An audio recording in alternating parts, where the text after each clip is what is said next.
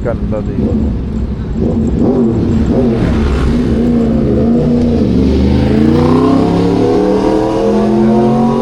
Ano, ayan mga idol. Dito yan yung Binondo Bridge. Ayan, makikita mo yung mga tao kahit gabi na marami pa rin nakatambay. Ayan. Ito, bagong bridge ng Binondo. Ayan. Ang diretso niyan ay papuntang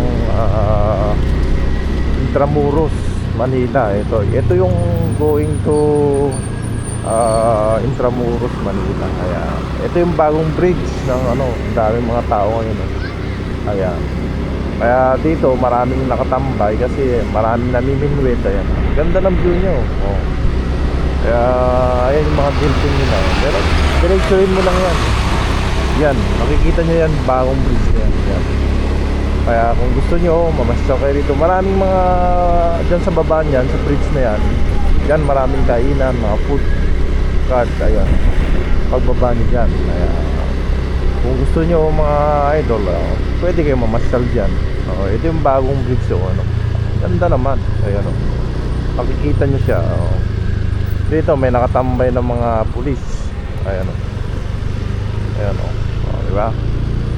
Dito maraming siyan sa baba yan. Sa taas niyan, ito yung baba niyan. Makikita mo talaga yan. Kaya maganda siya ngayon. Kaya may mga nagro-rondang mga pulis ngayon. Ayan, ayan mga nakatambay. Ayan, dyan sa baba niyan, dyan sa baba maraming tambay dyan. Maraming kainan. Kompleto naman dyan. Ayan, maraming nakatambay dyan. Ayan, kung gusto nyo, ayan, pwede ka mamasyal dyan. Ayan, pwede ka mamasyal dyan. Dyan sa baba niyan, pwede ka mamasyal dyan. Kasi dyan sa baba, maraming pasyalan talaga dyan. Ayan, ayan yung pagka namasyal kayo dyan, mga food court.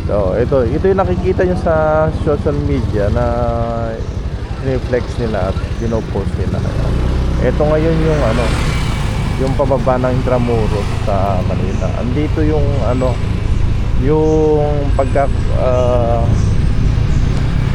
ayan, dito maraming mga pasyalan dito, mga pwede mong puntahan to, pwede ka mamasyal sa gabi. Ito ang klase ng Intramuros, Manila ngayon. Ayan, ito yung Intramuros, Manila. Diba yung bagong tulay, bumaba lang ako ron. Ito na makikita nyo sa Intramuros pagka ganitong oras ng gabi. Kaya ayan, marami pa rin nakatambay. Ito ay alauna na ng gabi, 1 AM ng gabi na to. Kaya ganito kalinis